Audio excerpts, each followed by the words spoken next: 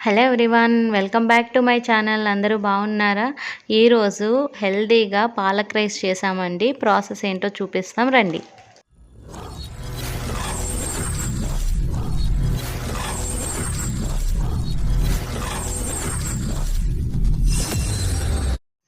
మేము 2 కట్టలు పాలకూర తీసుకున్నామండి ఒక గ్లాస్ రైస్కి. ఈ 2 కట్టలు పాలకూర శుభ్రంగా కడుక్కొని మిక్సీ జార్లో 1 ఇంచు అల్లము, అలాగే 4-5 పచ్చిమిరపకాయలు, కారాన్ని మీరు తినే కారాన్ని బట్టి వేసుకొని, ఈ 2 క్లీన్ చేసుకుని కట్ చేసుకున్న పాలకూర మొత్తం వేసి మిక్సీ వేసుకోవాలి. సో ఈ మిక్సీ వేసుకున్న తర్వాత పేస్ట్లా చేసుకోవాలండి, వీడియోలో చూపిస్తున్నట్టు. ఇలా పేస్ట్ అయిన తర్వాత మనం బాండీ పెట్టుకుని, సో దీంట్లో ఒక 2 టేబుల్ స్పూన్ల ఆయిల్ లేదంటే గీ, మీరు ఏది కావాలంటే అది తీసుకోవచ్చు.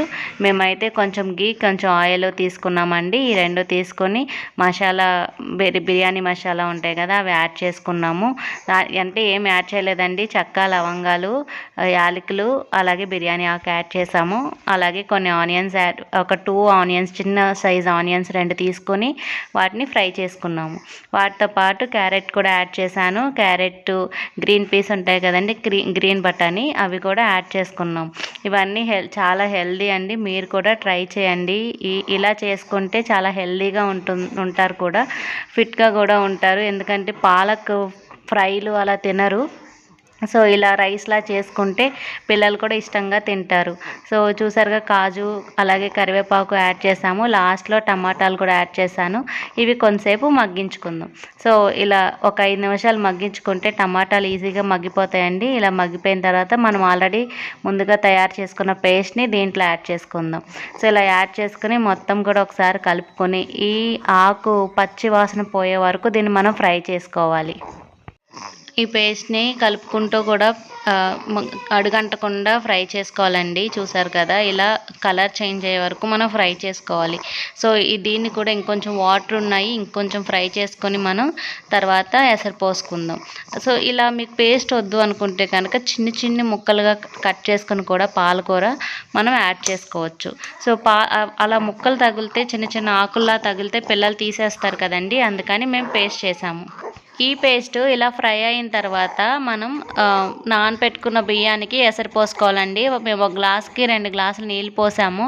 ఫస్ట్ గ్లాస్ వీడియో తీయడం మర్చిపోయాను, 2వ గ్లాస్ యాడ్ చేసినప్పుడు చూపించాను కదా, సేమ్ అదే గ్లాస్ క్వాంటిటీతో మేము బియ్యం తీసుకున్నాము. ఆల్రెడీ ఒక అరగంట ముందే నానబెట్టి ఉంచుకున్నాము.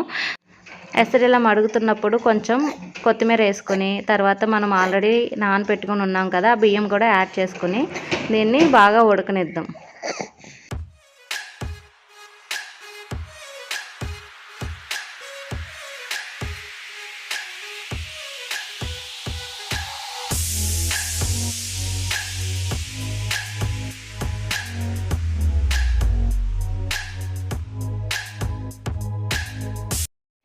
చూసారు కదండి, రైస్ చాలా చక్కగా ఉడికిపోయింది. మేము నార్మల్ రైస్తో చేసాము రెగ్యులర్గా ఇంట్లోకి. మీరు కావాలనుకుంటే బాస్మతి రైస్తో కూడా చేసుకోవచ్చు. బాస్మతి రైస్తో చేస్తే ఆ టేస్ట్ ఇంకా బాగా వస్తుంది. ఇది కూడా బాగుంటుందండి, ఇంట్లో రెగ్యులర్గా పిల్లలకి వాళ్ళకి చేసి పెట్టచ్చు.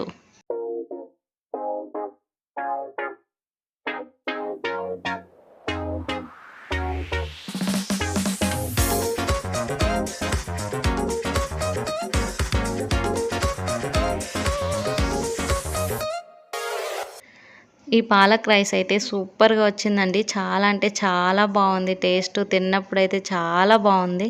సో మీరు కూడా ట్రై చేయండి. చిన్నపిల్లలకు పెట్టచ్చు, పెద్దవాళ్ళు కూడా తినొచ్చు, అందరికీ బాక్స్లో కూడా పెట్టచ్చు.